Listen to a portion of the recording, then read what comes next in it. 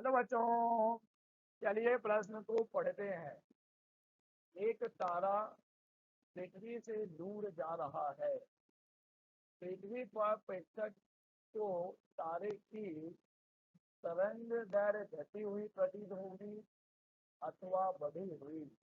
तो चलिए बच्चों, सबसे पहले हम लिख लेंगे मूल अवधारणा जिस पर कि यह प्रश्न आधारित है। तो बच्चों, यह प्रश्न आधारित है डॉपलर प्रभाव पर, प्रकाश में डॉपलर प्रभाव पर।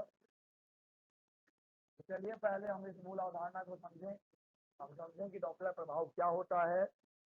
बच्चों, जब कभी प्रकाश स्रोत और प्रेक्षक के बीच, फॉर ऑब्जर्वर यानी कि प्रेक्षक के बीच सापेक्ष गति होती है, यानी कि प्रकाश स्रोत और प्रेक्षक की स्थिति में परिवर्तन होता है एक दूसरे के सापेक्ष, इसे ही हम कहते हैं सापेक्ष गति।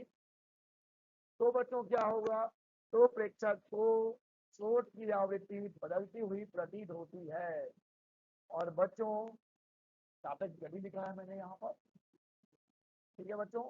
तो हमने क्या बोला कि जब भी प्रकाश स्रोत और श्रोता के बीच सापेक्ष गति होती है तो प्रेक्षक को स्रोत की आवृत्ति बदलती हुई प्रतीत होती है। और बच्चों, आवृत्ति में होने वाले इसी आभासी परिवर्तन को कहा जाता है डॉपलर प्रभाव। डॉपलर प्रभाव, ठीक है बच्चों। अब हम बात कर लेते हैं डॉपलर विस्थापन की। डॉपलर विस्थापन, ठीक है बच्चों। मान लेते हैं कि हमारा जो प्रकाश स्रोत है वह लैम्डा तरंग दैर्घ्य वाले तरंगों का उत्सर्जन कर रहा है, परंतु जब सापेक्ष गति होगी प्रकाश स्रोत और श्रोता के बीच तो इस तरंग दैर्घ्य में एक आभासी परिवर्तन हो जाएगा। तो मान लिया कि लैम्डा है वास्तविक तरंग दैर्घ्य, लैम्डा डैश है आभासी तरंग दैर्घ्य। बच्चों, इन दोनों का ही अंतर कहलाता है डॉपलर विस्थापन, ठीक है बच्चों। जब प्रकाश स्रोत और प्रेक्षक के बीच आपेक्षिक गति के कारण प्रकाश की आवृत्ति या तरंग दैर्घ्य में आभासी परिवर्तन होता है तो बच्चों इस आभासी परिवर्तन को हम कहते हैं डॉपलर विस्थापन। डेल लैम्डा बराबर लैम्डा माइनस लैम्डा डैश, और बच्चों ये बराबर होता है plus minus V S upon lambda, ठीक है बच्चों। अब समझिए यहाँ पर वी एस क्या है। वी एस है बच्चों प्रकाश की, प्रकाश स्रोत की चाल, ठीक है बच्चों। तो वी एस है बच्चों क्या है, वी एस है बच्चों प्रकाश स्रोत की चाल, टी है बच्चों प्रकाश की चाल, और लैम्डा है बच्चों तरंग दैर्घ्य, वास्तविक तरंग दैर्घ्य जो स्रोत में उत्पन्न किया होगा, ठीक है। अब बच्चों देखिए यहाँ पर प्लस चिन्ह भी है ऋण चिन्ह भी है। उसी प्लस माइनस चिन्ह से हम इस प्रश्न का उत्तर करेंगे बच्चे। तो हम समझ गए हैं कि डॉपलर प्रभाव क्या है, हम समझ गए हैं डॉपलर विस्थापन क्या है। और अब वक्त है बच्चों इस प्रश्न के उत्तर का।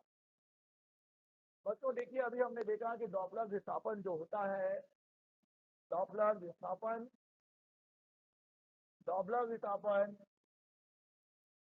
डेल्टा लैम्डा बराबर होता है plus minus V S upon T lambda. बच्चों, जब यहाँ पर प्लस चिन्ह की बात की जाए तो प्लस चिन्ह इस बात का द्योतक है कि प्रकाश स्रोत, प्रकाश स्रोत, प्रकाश स्रोत प्रेक्षक की ओर गतिमान है, प्रेक्षक की ओर गतिमान, प्रेक्षक की ओर गतिमान है, ठीक है बच्चों। और इस स्थिति में देखिए क्या होगा, अर्थात तरंग दैर्घ्य घट रहा है, तरंग दैर्घ्य घट रहा है, घट रहा है। तो बच्चों, जब प्रकाश स्रोत प्रेक्षक की ओर गतिमान होता है तो तरंग दैर्घ्य घटता है। अब बच्चों, जब यहाँ पे हम ऋण चिन्ह लेंगे इसका तात्पर्य ये है, ऋषि ने इस बात का द्योतक है कि प्रकाश स्रोत प्रेक्षक से दूर हट हट रहा है। अब बच्चों इस स्थिति में क्या होगा,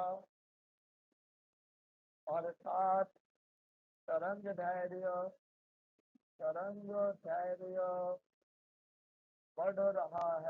बढ़ रहा है। ठीक है बच्चों, तो जब प्रकाश स्रोत प्रेक्षक से दूर हट रहा है तब क्या होगा, तरंग धैर्य बढ़ रहा है। अब देखिए बच्चों, प्रश्न में कहा जा रहा है कि एक तारा पृथ्वी से दूर जा रहा है, पृथ्वी पर प्रेक्षक को तारे की तरंग घटी हुई प्रतीत होगी अथवा बढ़ी हुई। तो बच्चों बहुत आसान है, क्योंकि यहाँ पर हमारा जो तारा है, तारा ही प्रकाश का स्रोत है।